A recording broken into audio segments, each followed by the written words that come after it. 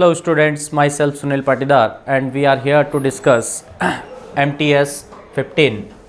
Let's start with question 101, that is, who first explained that new cells are formed from pre-existing cells? Yes, और ये जो दिया था ये आपका रुडोल्फ विर्चो ने बोला था, उसकी लैंग्वेज में omnis cellula cellula that newly cells are arised from the division of previously existing cells.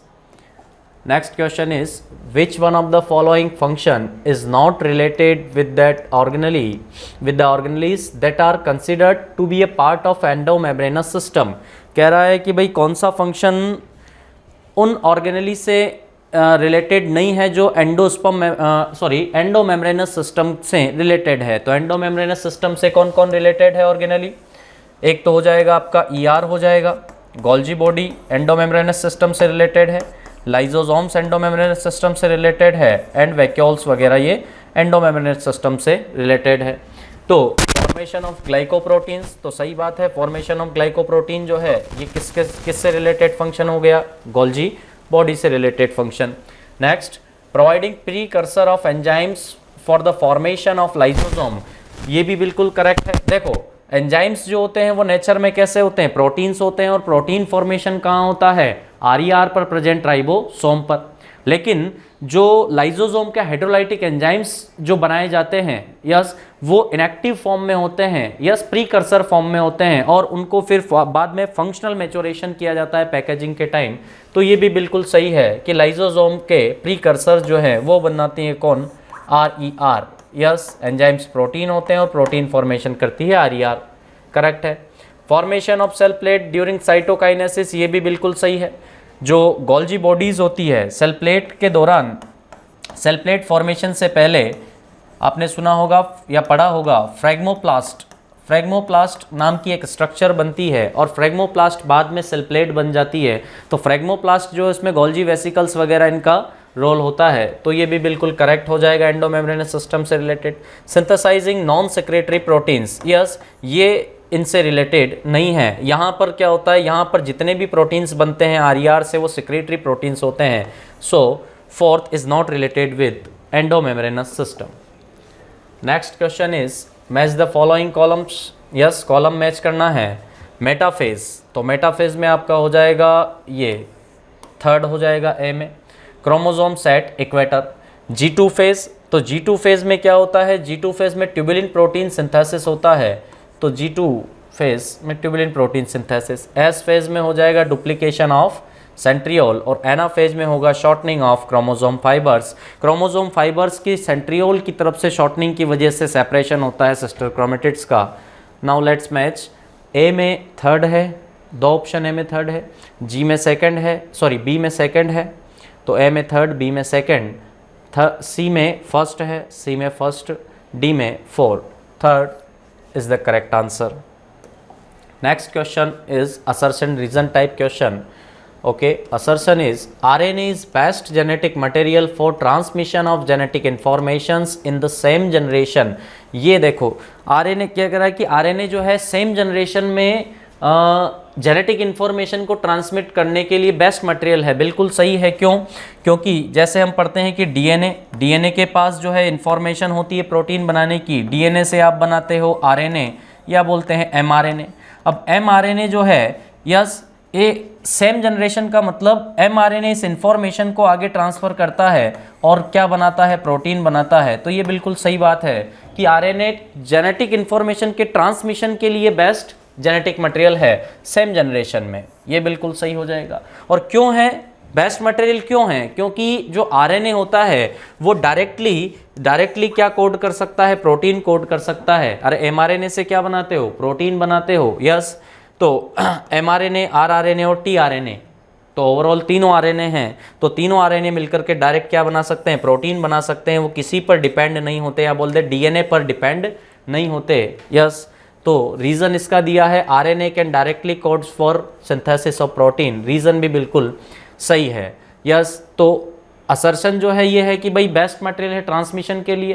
Transmission के लिए बेस्ट मटेरियल क्यों है, हमने कहा क्योंकि आरएनए किसी पर डिपेंड नहीं होता है प्रोटीन सिंथेसिस के लिए, ये डायरेक्टली क्या बना सकता है, प्रोटीन बना सकता है। तो असर्शन भी करेक्ट, रीजन भी करेक्ट और इसका एक्सप्लेनेशन भी करेक्ट हो जाएगा।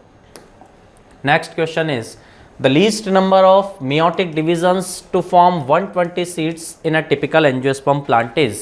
120 सीड बनाने हैं, 120 सीड बनाने हैं तो हमें चाहिए सीड बोल दें या एम्ब्रियो बोल दें, सीड के अंदर एम्ब्रियो होता है। 120 एम्ब्रियो बनाने हैं तो हमें चाहिए 120 मेल गैमीट और चाहिए 120 फीमेल गैमीट। यस, चैप्टर 2 में हमने मेगा स्पोरोजेनेसिस माइक्रो स्पोरोजेनेसिस पढ़ा है। माइक्रो स्पोरोजेनेसिस में हमने देखा कि एक एमएमसी, एक डिप्लॉयड एमएमसी में जब डिवीज़न होता है तो 4 हैप्लॉइड माइक्रोस्पोर बनते हैं और 4 माइक्रोस्पोर मिलकर के आगे डिवीज़न करके क्या बनाते हैं, 4 मेल गैमीट बनाते हैं। तो एक एमएमसी में मियोटिक डिवीज़न हो रहा है, यस, तो कितने मेल गैमीट बन रहे हैं, 4 मेल गैमीट बन रहे हैं। यस, तो 120 मेल गैमीट बनाने के लिए कितने मियोसिस चाहिए, कितने मियोसिस चाहिए 120 मेल गैमीट बनाने के लिए, 30 मियोसिस चाहिए।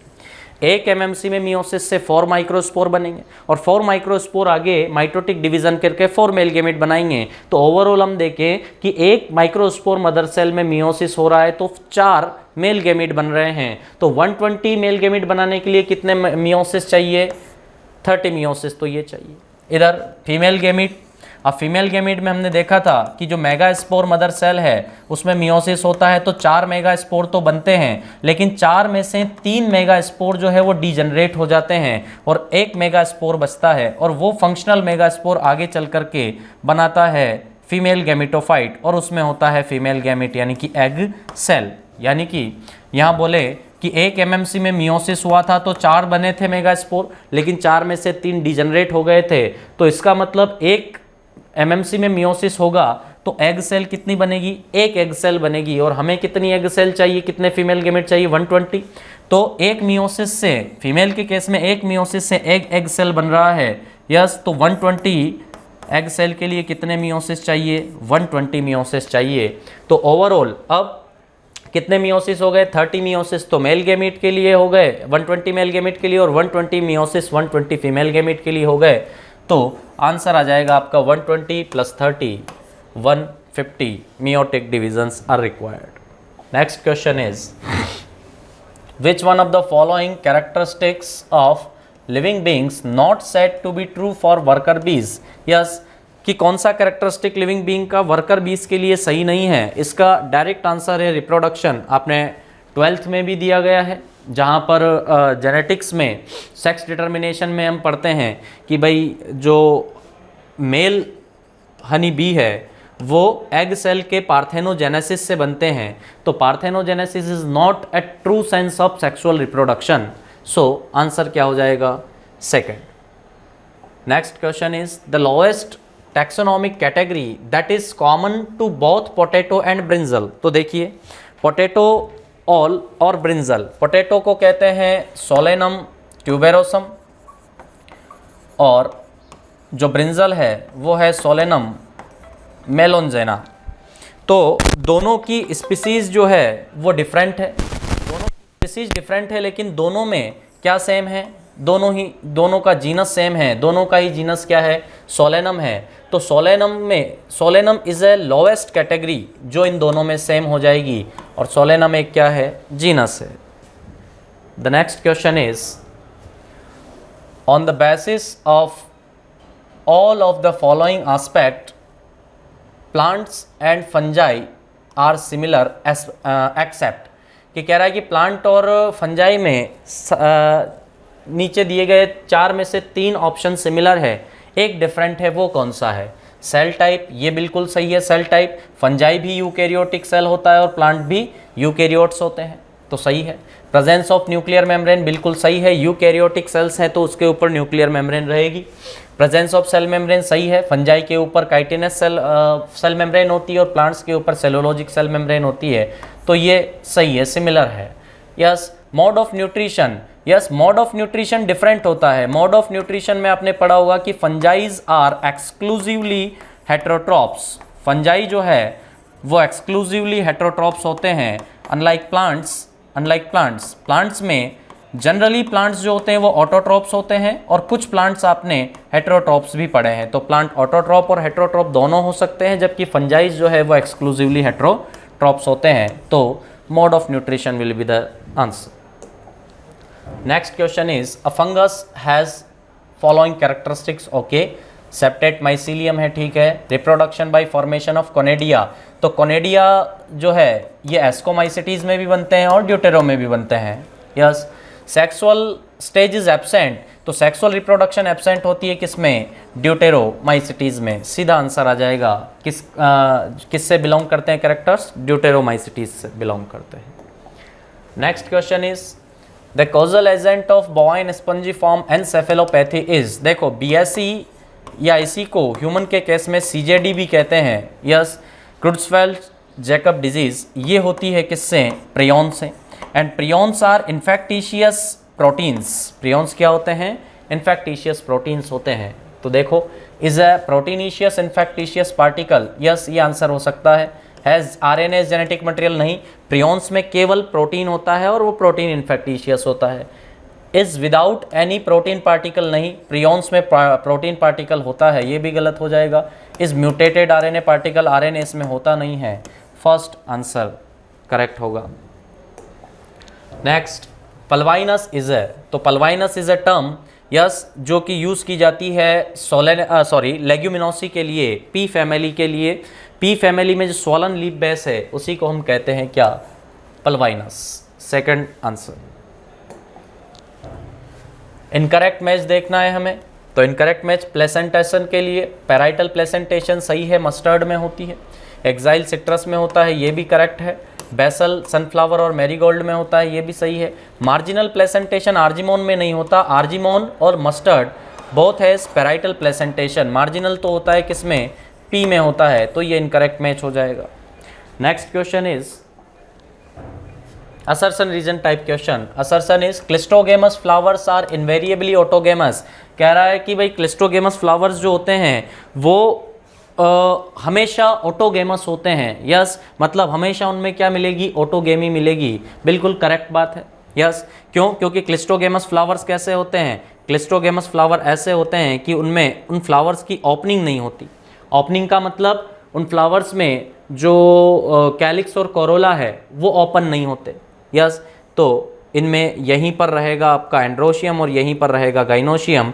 और एंड्रोशियम के जो एंथर है, इस एंथर से पोलन ग्रेन निकल करके यहीं पर कहाँ गिर जाएंगे? स्टाइल या स्टिग्मा पर। स्टिग्मा पर यहीं पर गिर जाएंगे, इसलिए इनको कहते हैं इनवेरिएबली क्या होते हैं? ऑटोगेमस होते हैं। रीज़न दिया है these flowers do not have open at all. बिल्कुल सही बात है, हमने यही बताया अभी कि ऑटोगेमस क्यों होते हैं? क्योंकि ये ओपन नहीं होते हैं। अब ओपन नहीं होते हैं तो बाहर से कोई पोलन आकर के इसकी स्टिग्मा को फर्टिलाइज करे, इसका कोई चांस होता नहीं है। इसी के पोलन इसी की स्टिग्मा पर गिरेंगे, इसलिए ये क्या होता है? ऑटोगेमस। तो एक्सप्लेनेशन भी क्या हो जाएगा? करेक्ट हो जाएगा। Correct explanation. Next question is the structure which is present in monocot stem. तो देखो, मोनोकोट स्टेम में एपिडर्मिस होती है, हाइपोडर्मिस होती है, और हाइपोडर्मिस के नीचे कुछ भी नहीं होता। हाइपोडर्मिस के बाद ग्राउंड टिश्यू जो है वो अनडिफ्रेंशिएटेड होता है। यस, अनडिफ्रेंशिएटेड का मतलब जो होता है लेयर्स में वो डिवाइड नहीं होता, जैसे एंडोडर्मिस, पेरिसाइकल वगैरह, इनमें वो मेडुला वगैरह इनमें डिफ्रेंशिएट नहीं होता। तो एंडोडर्मिस नहीं होगी, पेरिसाइकल नहीं होगा, मेडुला नहीं होगा, sclerenchymatous hypodermis is the answer. Next, vascular cambium is completely secondary in origin in. देखो, वीसी की बात कर रहा है, तो वीसी जो है इज अ सेकेंडरी मेरिस्टेम, और सेकेंडरी मेरिस्टेम है तो सेकेंडरी मेरिस्टेम केवल किस में मिलेगी? भाई सेकेंडरी मेरिस्टेम मिलेगी, इसका मतलब सेकेंडरी ग्रोथ होगी, और सेकेंडरी ग्रोथ ओनली किस में होती है? डाइकोट्स में होती है। तो यहाँ मोनोकोट्स वाले ऑप्शन तो कट ही जाएंगे, ये ऑप्शन हट जाएगा, ये ऑप्शन हट जाएगा। अब क्या बचा? Dicot stem. तो डाइकोट स्टेम में जो वीसी होती है वो फ्रेगमेंटेड होती है। यस, यंग डाइकोट स्टेम में इंट्रा वीसी मिलती है, और इसके बाद में सेकेंडरी ग्रोथ के दौरान इंटर बनती है। तो ओरिजिन में जो है ये स्टेम, डाइकोट स्टेम में जो ओरिजिन में इंट्रावीसी होती है वो प्राइमरी होती है और फंक्शन में कैसी होती है, सेकेंडरी, जबकि रूट में फंक्शन में भी सेकेंडरी होती है और ओरिजिन में भी सेकेंडरी। डायरेक्ट क्वेश्चन है। Next, identify the following statements as true and false, select the option accordingly. Okay, options दिए हैं, ट्रू फॉल्स सेलेक्ट करने हैं। Members of Rhodophyceae asexually reproduce by motile spores, बिल्कुल गलत है। एनसीईआरटी में साफ वो जो टेबल बनी है वहाँ लिखा हुआ है कि जो रेड एल्गीज हैं, रेड एल्गीज में के स्पोर्स में या उनके लाइफ साइकिल के किसी भी स्टेज में मोटाइल स्पोर या मोटाइल स्टेज नहीं होती है। यस, फ्लैजिलेटेड नहीं होते, नॉन फ्लैजिलेटेड होते हैं, तो फॉल्स हो गया statement. Next, members of Phaeophyceae does not show isogamous type of, ये भी फॉल्स हो जाएगा। एनसीईआरटी आप पढ़ना, वहाँ लिखा है कि ब्राउन एल्गी जो है वो आइसोगेमस एनाइसोगेमस वगैरह वो सब शो करते हैं, तो ये भी फॉल्स हो जाएगा। In some green algae food is stored in the form of oil droplets, बिल्कुल सही है, ट्रू स्टेटमेंट है। एनसीईआरटी में लिखा है कि मोस्ट ऑफ एल्गी जो होते हैं उनमें आपका स्टार्च के फॉर्म में जो है फूड स्टोरेज होता है, लेकिन कुछ एल्गी ऐसे होते हैं जिनमें ऑयल ड्रॉपलेट्स के फॉर्म में होता है, तो ये ट्रू हो जाएगा। तो आप देख लें, ये फॉल्स है और ट्रू है। F and T, third is the correct answer.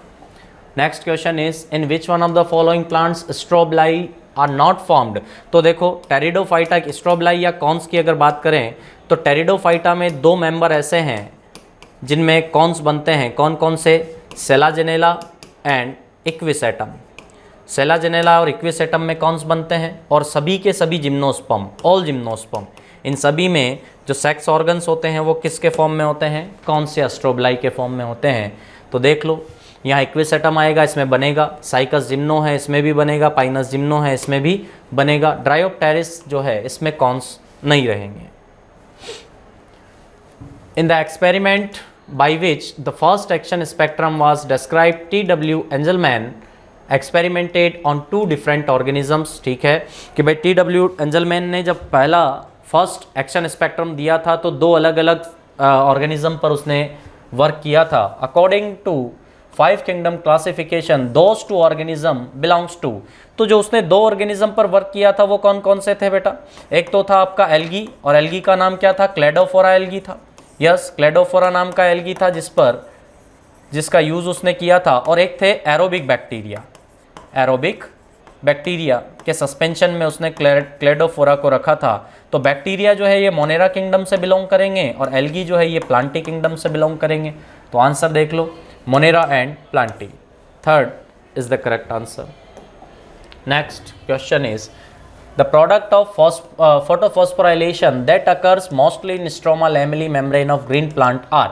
देखो, स्ट्रोमा लेमेली की बात करी है तो स्ट्रोमा लेमेली में एनसीईआरटी में साफ सुथरा लिखा है कि stroma lamellae lacks PS2 and NADP reductase enzyme, और इन दोनों की वजह से स्ट्रोमा लेमेली में PS2 नहीं होता, तो PS2 जो है उसको इलेक्ट्रॉन सप्लाई देने के लिए वाटर तोड़ते हैं, और वाटर के टूटने से क्या रिलीज होती है? ऑक्सीजन। अब PS2 नहीं है तो ऑक्सीजन भी रिलीज नहीं होगी। NADP रिडक्टेज नहीं है तो NADPH.H+ भी नहीं बनेगा। तो ओनली क्या बनेगा? देखो, NADPH नहीं बनेगा, O2 रिलीज नहीं होगी, ओनली क्या बनेगा? ATP बनेगा। Next question is, select the incorrect match. Incorrect match select करना है। 1 Calvin cycle requires 3 ATP and 2 NADPH, बिल्कुल राइट है, करेक्ट है। C4 plant shows slower process of CO2 fixation या कार्बन फिक्सेशन, ये गलत है। या C4 प्लांट्स जो है इनमें CO2 फिक्सेशन की रेट जो है ये हायर होती है या मोर होती है, किसके कंपैरिजन में? C3 की कंपैरिजन में, due to absence of photorespiration, तो ये गलत हो जाएगा। इसके अलावा ये भी पढ़ लेते हैं, C3 में 20 से 25 ऑप्टिमम टेम्परेचर होता है, बिल्कुल सही बात है। हैचलैक पाथवे में primary CO2 acceptor phosphoenol pyruvate होता है, this is also correct, so incorrect is second. Next question is, select the incorrect statement. Incorrect statement select करने हैं इनमें से। Okay, in both lactic acid and alcoholic fermentation not much energy is released less than comma less than 7% of the energy in glucose, बिल्कुल correct है। Yes, NCERT की line है कि भाई एल्कोहल फर्मेंटेशन जो है एनारोबिक रेस्पिरेशन है, तो एरोबिक की कंपैरिजन में इसमें बहुत कम एनर्जी रिलीज होती है। और एनसीईआरटी में डाटा दिया है कि कितनी होती है कि ग्लूकोज में जितनी एनर्जी होती है उसके 7% से कम एनर्जी इसमें रिलीज होती है। So statement A is correct. Next, facultative anaerobes respires only in the absence of oxygen, ये बिल्कुल गलत होगा। फैकल्टेटिव एनारोब्स जो होते हैं, जनरली हम क्या कहते हैं, फैकल्टेटिव एनारोब्स क्या होते हैं, जो एनएरोबिक, जनरली तो एनएरोबिक रेस्पिरेशन करेंगे, लेकिन अगर ऑक्सीजन प्रेजेंट है तो भी वो मरेंगे नहीं, वो वहां पे सर्वाइव करेंगे। फैकल्टेटिव का मतलब होता है जिनके पास ऑप्शन हो दूसरा। यस, तो ये यहां पे लिख दिया कि ओनली एब्सेंस ऑफ ऑक्सीजन, नहीं, अगर ओनली एब्सेंस ऑफ ऑक्सीजन लिखना होता तो फिर यहां लिखते हम अविकल्पी, यहाँ विकल्पी लिखा है ना, यहाँ ऑब्लिगेट लिखते कि obligate anaerobes respire only in the absence of oxygen, तो ये सही होता। लेकिन फैकल्टेटिव जो है वो प्रेजेंस ऑफ ऑक्सीजन में भी रेस्पायर कर सकते हैं, गलत हो जाएगा। Substrate level ATP synthesis also occurs during glycolysis, बिल्कुल सही है, ग्लाइकोलाइसिस में होती है। The ultimate product of glycolysis is pyruvic acid, it is also correct. तो क्या पूछा, इनकरेक्ट पूछा है, तो only B is incorrect. Next question is what would be the most possible anomaly when oxaloacetic acid is being continuously removed from the cell as soon as it formed। कह रहा है कि भाई क्या पॉसिबिलिटी होगी अगर किसी सेल में अगर ऑक्जेलोएसिटिक जो बन रहा है उसको बनते ही सेल से क्या कर दिया जाए, रिमूव कर दिया जाए। तो हम देखते हैं कि रेस्पिरेशन में ऑक्जेलोएसिटिक एसिड का क्या रोल होता है। हमने ऑक्जेलोएसिटिक एसिड का रोल देखा है कहाँ, क्रैब साइकिल में। ऑक्जेलोएसिटिक एसिड और एसिटाइल कोएंजाइम ए, ये दोनों क्रैब साइकिल की शुरुआत करते हैं। तो अगर ऑक्जेलोएसिटिक एसिड नहीं होगा तो सेल में क्या चालू नहीं होगा, क्रैब साइकिल स्टार्ट नहीं होगा। There will be no formation of NADH। क्यों, NADH का फॉर्मेशन तो होगा, क्यों, क्योंकि ऑक्जेलोएसिटिक एसिड से पहले क्रैब साइकिल से पहले, ये तो क्रैब साइकिल में काम आता है, इससे पहले लिंक रिएक्शन में NADH रिलीज होता है, उससे पहले ग्लाइकोलाइसिस में NADH रिलीज होता है, तो ये गलत हो जाएगा। Krebs cycle will not occur in the cell, this is the answer. Next, दो भी डिस्कस कर सकते हैं। There will be formation of only 20 ATP from the Krebs cycle. Krebs cycle से 20 ATP कैसे बनेगी, जब ऑक्जेलोएसिटिक एसिड होगा ही नहीं तो क्रैब साइकिल चलेगा ही नहीं और ATP का कोई सवाल उठेगा ही नहीं। Oxidative phosphorylation will not occur, oxidative phosphorylation तो होगा, क्यों, ऑक्सीडेटिव फॉस्फोराइलेशन मतलब ETS जो है वो तो चलेगा, क्यों, क्योंकि लिंक रिएक्शन में NADH बने हैं और ग्लाइकोलाइसिस में NADH बने हैं, तो उनको तो तोड़ा जाएगा, तो ये भी आंसर नहीं होगा। Answer is second. Next, when fats are used in respiration then RQ is second, select the correct option for the first and second, that makes sentence a correct sense। Okay, RQ दिए हैं सबके, RQ सबको याद रखना है, RQ से frequently question आते हैं। सबको पता है कि कार्बोहाइड्रेट्स के RQ जो होते हैं वो 1 होते हैं, प्रोटीन्स जो होते हैं उनके RQ होते हैं लगभग 0.9, यानी कि हम बोल सकते हैं कि लेस देन 1, और जो आपके फैट्स होते हैं उनके RQ होते हैं 0.7, या बोल सकते हैं हम इसको भी लेस देन 1, और जो ऑर्गेनिक एसिड होते हैं उनके RQ होते हैं मोर देन 1। तो लेट्स मैच। कार्बोहाइड्रेट का दिया है भाई, कार्बोहाइड्रेट का ज़्यादा होगा 1 से, ज़्यादा नहीं होगा, इक्वल होगा 1 के, गलत हो जाएगा।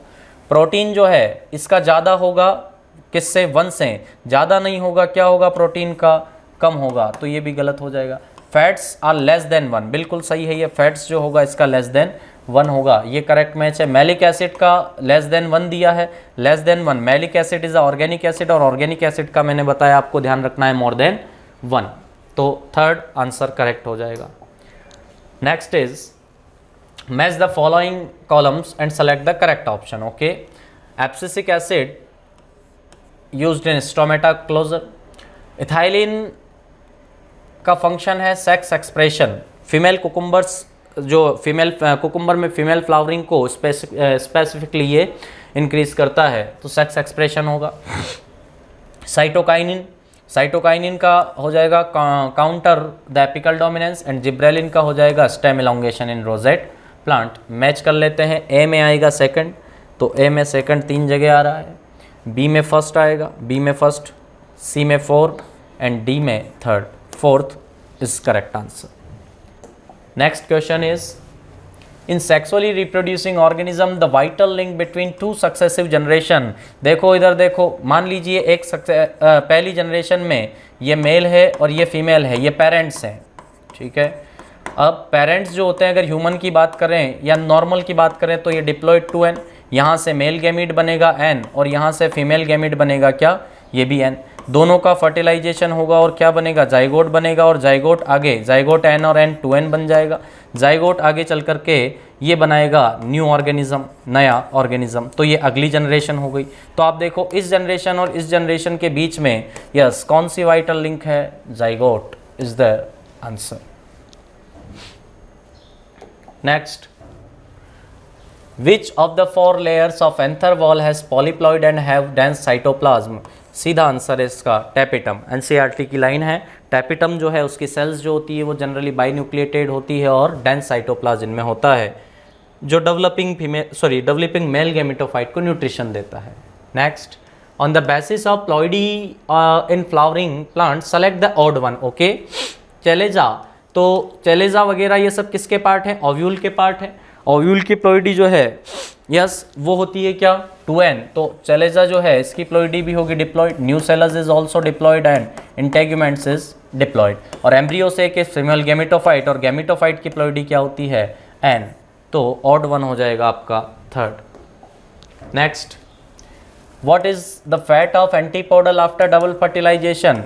देखो आफ्टर डबल फर्टिलाइजेशन ऊपर की ओर 3 एंटीपोडल होती है, और जो सेंट्रल सेल बनी थी वो कन्वर्ट हो जाती है after fertilization primary endospermic cell में कन्वर्ट हो जाती है, और जो आपकी एग सेल है वो जाइगोट में कन्वर्ट हो जाती है।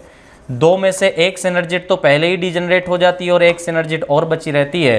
तो ये एंटीपोडल्स और ये जो एक सिनर्जिट बची है ये आफ्टर फर्टिलाइजेशन क्या हो जाती है, डिजनरेट हो जाती है। तो आंसर आएगा इट डिजनरेट्स।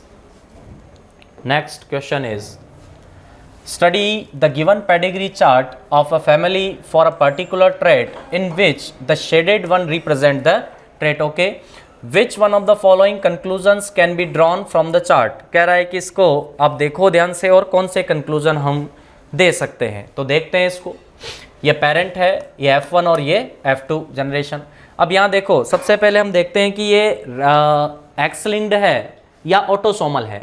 तो मैंने आपको पहले भी बताया था कि जो एक्स लिंक्ड इनहेरिटेंसेज होती है यस वो क्रिस क्रॉस इनहेरिटेंस शो करते हैं। क्रिस क्रॉस इनहेरिटेंस का मतलब क्या होता है कि जो फीमेल है यस यानी कि मदर के कैरेक्टर जो है वो ट्रांसमिट होते हैं किस में, मेल में, यानी कि सन में ट्रांसमिट होते हैं, और फादर के कैरेक्टर जनरली किस में ट्रांसफर होते हैं, डॉटर में ट्रांसफर होते हैं। This is criss cross inheritance. और मैंने कहा था कि अगर इसको बिल्कुल श्योर करना है तो आप मैच कीजिए कि अगर मदर बीमार है यस तो सन भी बीमार हो। तो अगर ये है पूरी पेडिग्री में तो इसका मतलब पक्की बात वो क्या है, एक्स लिंक्ड इनहेरिटेंस या क्रिस क्रॉस इनहेरिटेंस। तो यहाँ देखो मदर नॉर्मल है और बेटा बीमार है। ये देखो पेरेंट में मदर नॉर्मल है और जो सन है F1 का वो बीमार है। अगर क्रिस क्रॉस इनहेरिटेंस होती, एक्स लिंक्ड इनहेरिटेंस होती, तो मदर नॉर्मल है तो बेटा कभी भी बीमार नहीं हो सकता, क्योंकि बेटे में जो एक्स है वो कहाँ से आता है, मदर से आता है। यस इसलिए यहाँ से साफ सुथरा हम देखें तो यहाँ से ये क्या नहीं हो सकती, एक्स लिंक्ड तो नहीं हो सकती। तो ये क्या हो जाएगी, ऑटोसोमल हो जाएगी पेडिग्री। इतना हमने डिस्कस कर लिया। अब नेक्स्ट जो है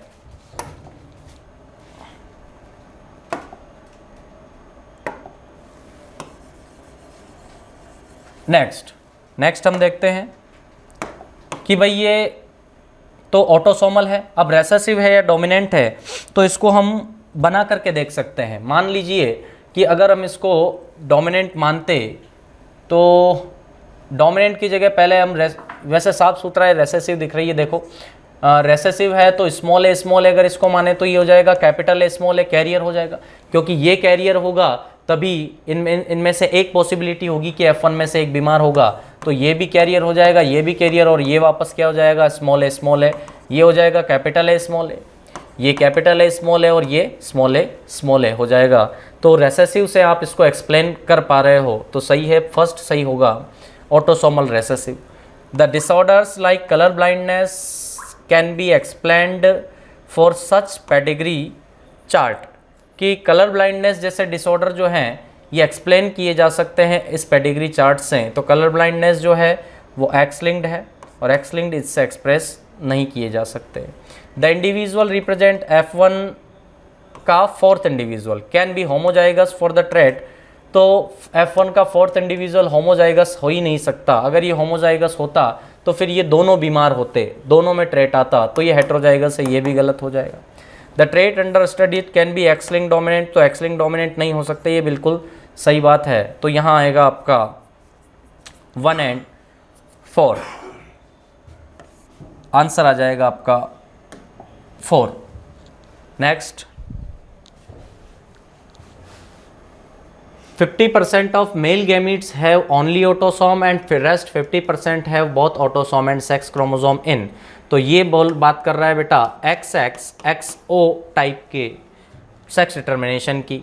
यस, यहाँ पे अगर हम देखें कि 50% जो ये फीमेल होती है फीमेल और ये होता है हेट्रोजाइगस मेल, तो अगर यहाँ देखें कि आधे मेल गैमीट के पास X क्रोमोसोम होगा और आधे के पास जो है X क्रोमोसोम नहीं होगा, ओनली क्या होगा, ऑटोसोम होगा। और ये मिलता है NCERT में दिया गया है किसमें, grasshopper. Next, correct match select करना है। DNA polymerase joins the discontinuous synthesise fragment, ये गलत हो जाएगा, ये काम है DNA लाइगेज का काम है ये। Yes, helicase release tension of develop in DNA due to its unwinding, नहीं, हेलिकेज का काम है अनवाइंडिंग करना। हेलिकेज का काम है दोनों जो DNA स्ट्रैंड्स हैं उनके बीच के हाइड्रोजन बॉन्ड को तोड़ करके उन दोनों की अनवाइंडिंग करना, ये काम है, ठीक है। और इसने बोला है कि अनवाइंडिंग से जो टेंशन टेंशन क्रिएट होती है उसको रिलीज करना, नहीं, इस टेंशन को रिलीज करने का फंक्शन होता है SSBPN टोपो आइसोमरेज का, तो ये भी गलत हो जाएगा। DNA ligase responsible for unwinding, नहीं, अनवाइंडिंग के लिए हेलिकेज रेस्पॉन्सिबल है, गलत हो जाएगा। RNA first genetic material in history of life, that is absolutely correct.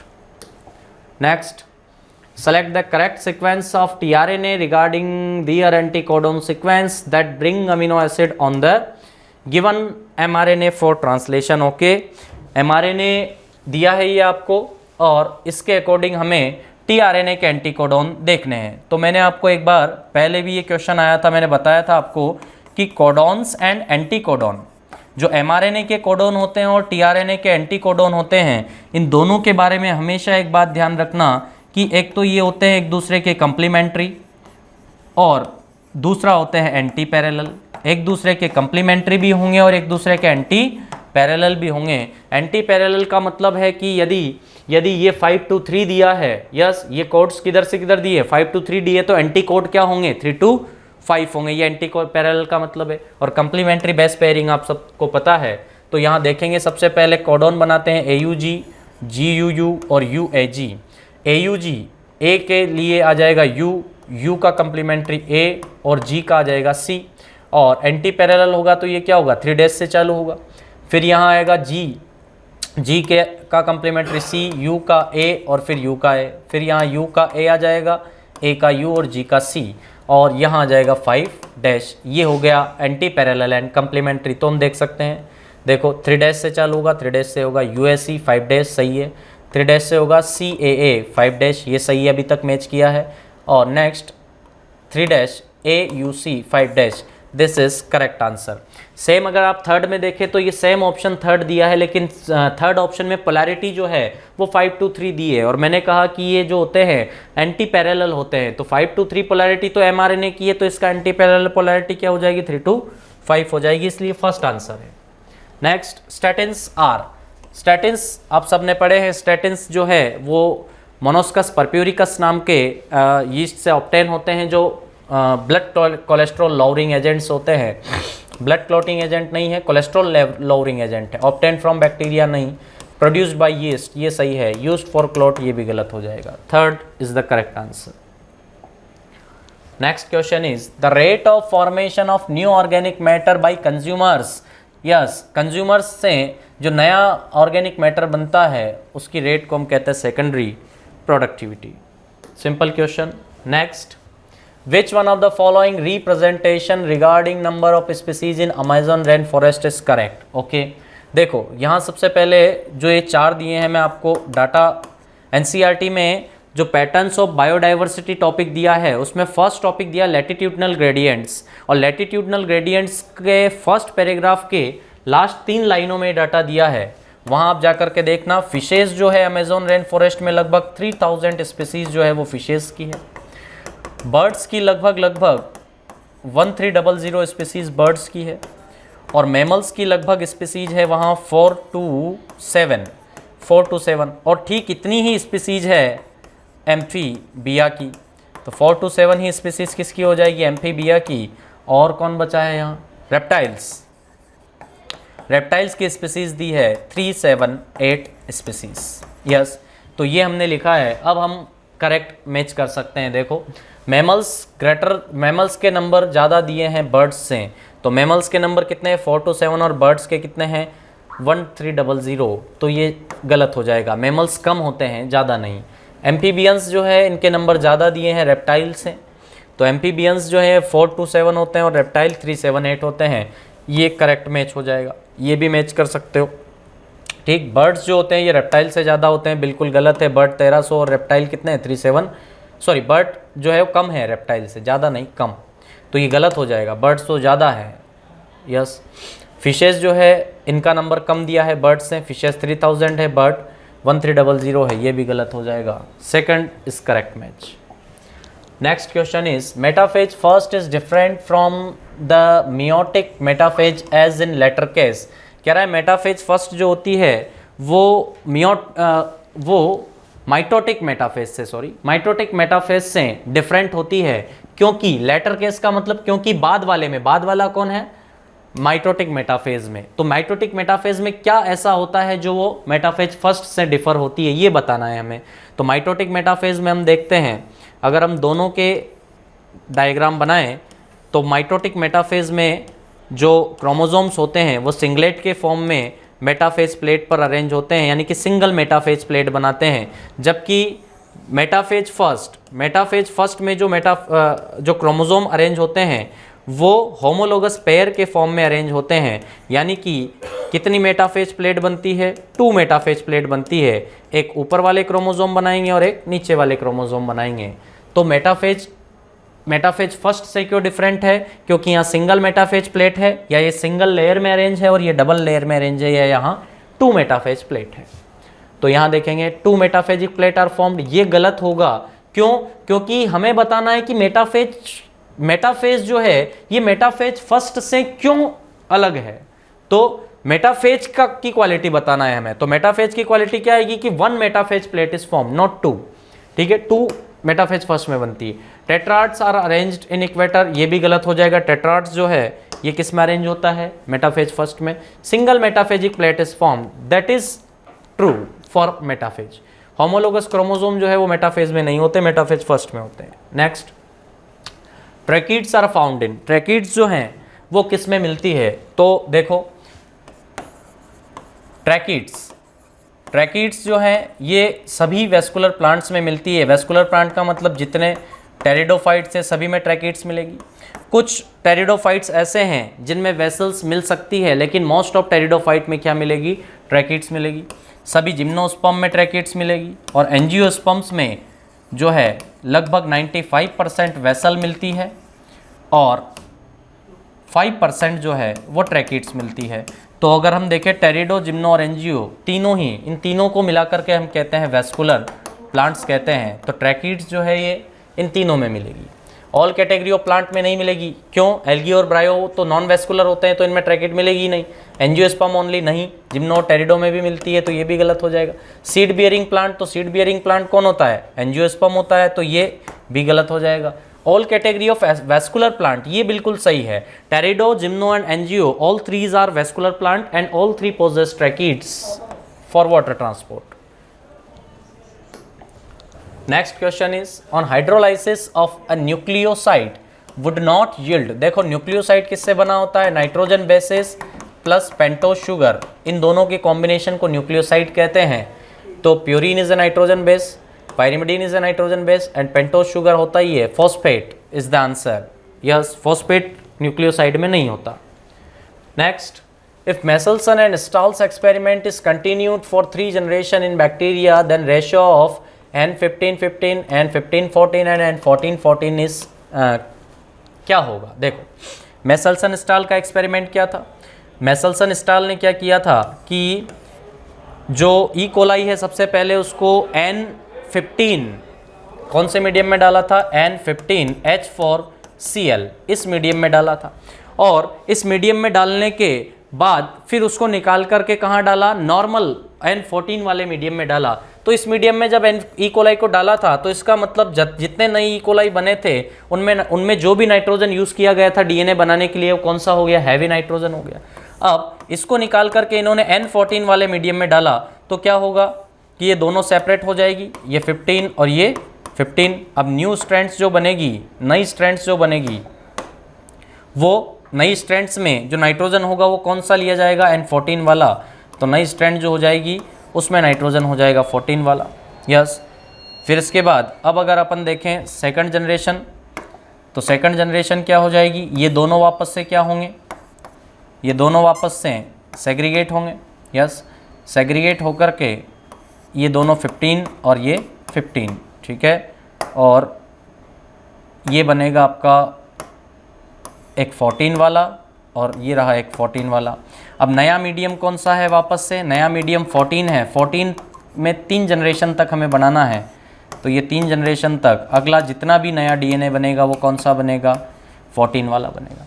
फिर 4 से, तो ये हो गई फर्स्ट जनरेशन, ये हो गई सेकंड जनरेशन और थर्ड जनरेशन। तो फर्स्ट जनरेशन में 1 से 2 बन गई, सेकंड में 2 से 4 बन गए, थर्ड जनरेशन में 4 से कितने बन जाएंगे? 8। अब आप जब इसको वापस से देखोगे कि 4 से 8 बनेंगे तो नया मीडियम वापस से क्या है? N14 है। यस, नया मीडियम N14 है। तो यहाँ बनने वाले देखो 14, ये 2 तो हाइब्रिड रहेंगे और नए सारे के सारे कौन से बनेंगे? 14 वाले बनेंगे। तो 8 में से लगभग जो है, यस, 8 में से 7 नहीं, 8 बनेंगे। 8 में से 2 तो कौन से रहेंगे बेटा? हाइब्रिड रहेंगे, और 6 रहेंगे आपके, 2 हाइब्रिड रहेंगे और 6 रहेंगे आपके क्या? लाइट वाले। तो यहाँ पे 2 हाइब्रिड किसी में दिया नहीं है। यस, 2 हाइब्रिड किसी में नहीं दिया है यहाँ पे, ये यहाँ ऑप्शन करेक्शन है, ये यहाँ 2 आएगा। यस, 2 हाइब्रिड, तो आंसर आएगा आपका, और यहाँ आ जाएगा 6, ये आंसर आ जाएगा आपका कि 2 तो हाइब्रिड बनेंगे और 6 लाइट बनेंगे। Next, if the initial amount of DNA is 30C in a diploid cell with 12 chromosomes, then the number of chromosomes and amount of DNA respectively in S phase। initial amount का मतलब जीवन, yes, initial amount का मतलब जीवन से चालू होता है सेल साइकिल। तो जीवन में DNA कंटेंट दिया है इन्होंने 30C और क्रोमोसोम के नंबर कितने दिए हैं? 12 दिए हैं। क्या कह रहा है कि एस फेज में कितना होगा? तो पहले क्या पूछा है कि नंबर ऑफ क्रोमोसोम, तो नंबर ऑफ क्रोमोसोम कभी भी चेंज नहीं होता, ये साफ सुथरा एनसीईआरटी में लिखा है। After S phase number of chromosome will same and DNA amounts become double. तो ये 12 हो जाएगा और डीएनए का अमाउंट कितना हो जाएगा? 60C। Third is correct answer. Next, the number of deaths in a population during a given period is mortality. Next, which one of the following is not correct with respect to characteristic of anthropogenic ecosystem like crop field? देखो, anthropogenic का मतलब होता है man made, anthropogenic का मतलब होता है man made। पूछ रहा है कि man made ecosystem के बारे में कौन सा स्टेटमेंट करेक्ट नहीं है? तो ठीक है, हैव लिटिल डाइवर्सिटी, बिल्कुल सही बात है। क्यों? क्योंकि क्रॉप फील्ड जो होती है, जैसे 1 बीघा का क्रॉप फील्ड है और 1 बीघा का ही हम कोई फॉरेस्ट एरिया लेते हैं तो डाइवर्सिटी ज़्यादा कहाँ होगी? ऑब्वियसली फॉरेस्ट में जो डाइवर्सिटी है, अलग अलग टाइप के ऑर्गेनिज्म ज़्यादा फॉरेस्ट में मिलेंगे। जबकि क्रॉप फील्ड में तो हमने पर्टिकुलरली मान लो कि कोरिएंडर फील्ड है, धनिए का खेत है, तो उसमें ज़्यादातर पौधे किसके मिलेंगे? धनिए के। तो डाइवर्सिटी जो है एंथ्रोपोजेनिक इकोसिस्टम की नेचुरल इकोसिस्टम से क्या होती है? कम होती है। तो ये बिल्कुल करेक्ट हो जाएगा। लो प्रोडक्टिविटी, ये गलत है। एंथ्रोपोजेनिक इकोसिस्टम जो होता है वो मैनमेड होता है और मैन मेड है क्रॉप फील्ड से बेटा। तो क्रॉप फील्ड्स की प्रोडक्टिविटी ऑलवेज नेचुरल सिस्टम से क्या होगी? ज़्यादा। क्यों? क्योंकि मान लीजिए अगर उसको पानी चाहिए तो हम उसको पानी देते हैं, खेत में अगर पानी की ज़रूरत है हम पानी देंगे, खेत में किसी न्यूट्रिएंट की ज़रूरत है तो हम उसको न्यूट्रिएंट सप्लाई करेंगे। लेकिन जंगल में अगर पानी चाहिए किसी पौधे को या किसी ऑर्गेनिज्म को तो ज़रूरी नहीं कि भाई कोई उसको पानी दे, यस, न्यूट्रिएंट चाहिए, जरूरी नहीं उसको कोई न्यूट्रिएंट दे। तो productivity of anthropogenic ecosystem is higher than the natural ecosystem. तो लो प्रोडक्टिविटी नहीं होगी, क्या होगी, हाई होगी। तो ये हो गया आपका not correct. Simple food chain होगी, बिल्कुल सही है। सिंपल फूड चेन क्यों होगी, किसकी कंपैरिजन में, नेचुरल इकोसिस्टम, क्योंकि नेचुरल इकोसिस्टम की डाइवर्सिटी ज़्यादा है ना, डाइवर्सिटी ज़्यादा है उसकी, तो उसकी फूड चेन कॉम्प्लेक्स होगी और उसमें डाइवर्सिटी कम है, तो फूड चेन भी क्या होगी इसकी, simple. Do not possess self regulatory mechanisms, बिल्कुल सही बात है। जैसे अगर खेत में आग लग जाए तो खेत पूरा इकोसिस्टम खराब हो जाता है, लेकिन जंगल में जब आग लगती है, यस, तो जंगल जो फॉरेस्ट इकोसिस्टम है वो अपने आप को वापस से रीस्टैब्लिश करता है, उसके पास खुद के सेल्फ रेगुलेटरी मैकेनिज्म्स होते हैं। तो ये सही हो जाएगा। Second answer will be correct. How many biosphere reserves are there in India, direct static question है, 14th biosphere reserve. Which one of the following is an example of organism with recent extinction in Africa, तो Africa में extinct हुआ है quagga. Next is how many type of gametes are possible in the plant with genotype capital A small a, capital B, small c, capital D small D and capital E small E. तो आप देखें कि यहाँ जो है heterozygous कितने हैं, heterozygous कितने हैं, तो देख लेते हैं नंबर ऑफ हेट्रोजाइगस कितने हैं। हेट्रोजाइगस है एक, capital A small a, capital D small D और कैपिटल ई स्मॉल ई। हेट्रोजाइगस के नंबर है 3 और डायरेक्ट हेट्रोजाइगस के नंबर है हमारे पास, तो फॉर्मूला लगाते हैं 2 की power n, n is number of heterozygous, वो है 3। तो आंसर आ जाएगा आपका 8 टाइप ऑफ गैमिट। बना करके देख लेना, 8 टाइप ऑफ गैमिट बनेंगे। Which one of the following disorders is due to monosomy, monosomy जो है वो आ जाएगा आपका Turner syndrome 44+XO। In karyokinesis the best study, karyokinesis best stage to study the shape and morphology of chromosome respectively. Shape and morphology of chromosome जो है उसके लिए बेस्ट स्टडी क्या होगी, बेस्ट स्टेज क्या होगी। देखो सबसे पहले इसने शेप लिखा है, यस, शेप लिखा है, तो शेप में आपने पढ़ा है कि V shape, L shape, J shape, I shape, ये इतने शेप होते हैं क्रोमोसोम के। तो ये शेप कौन से स्टेज में हम देखते हैं, एनाफेज में, जब सेपरेशन होता है तो अगर वो मेटासेंट्रिक है तो इक्वल आर्म्स होंगे, वी शेप दिखेगा। अगर सब मेटासेंट्रिक होंगे तो एल शेप, जैसे कि एल में एक आर्म बड़ी होती है और एक आर्म छोटी होती है, तो सब मेटासेंट्रिक में एल शेप। फिर उसके बाद एक्रोसेंट्रिक में जे शेप दिखेगा और टीलोसेंट्रिक में लगभग आई शेप दिखता है। तो शेप पहले दिया है तो पहले कौन सा फेज आएगा, एनाफेज आएगा। और इसके बाद मॉर्फोलॉजी दिया है तो मॉर्फोलॉजी जो है वो मेटाफेज में सबसे बेस्ट स्टडी हम कर सकते हैं। तो यहाँ देखो, यहाँ मेटाफेज एनाफेज दिया है और यहाँ एनाफेज मेटाफेज दिया है। आंसर आएगा 4। क्यों? क्योंकि पहले शेप पूछा है और बाद में मॉर्फोलॉजी पूछी है, और शेप दिखता है एनाफेज में और मॉर्फोलॉजी दिखती है मेटाफेज में। सो सेकंड की जगह आंसर क्या हो जाएगा आपका 4। Next question is embryogenesis is absent in which one of the following plant group. कौन से प्लांट ग्रुप में एम्ब्रियोजेनेसिस एब्सेंट होगी? सीधा आंसर है एल्गी। एल्गी में जाइगोटिक मियोसिस होता है, जाइगोट मियोटिक डिवीजन करके सीधा क्या बना लेता है, स्पोर्स बना लेता है, और स्पोर्स जर्मिनेट होकर के मेन बॉडी थैलस प्रोड्यूस कर लेता है। जबकि ब्रायोफाइटा में जाइगोट माइटोटिक डिवीजन करता है, जिम्नो में माइटोटिक करता है, टेरिडो में माइटोटिक करता है। तो एल्गी में एम्ब्रियो नहीं बनेगा।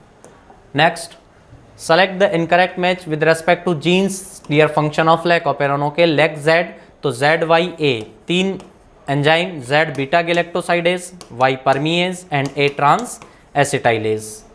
तो Z जो है ये परमीएज, Z नहीं Y परमीएज को कोड करता है। Promoter gene provide attachment site for RNA polymerase, बिल्कुल सही है। रेगुलेटरी जीन रिप्रेसर प्रोटीन कहते हैं, बिल्कुल सही है। और लेक A जो है ट्रांस एसिटाइलेज को कोड करता है, सही है। क्या पूछा है? Incorrect match, first is incorrect. Next, barnacles growing on the back of whale is an example of which one of the following given population interaction।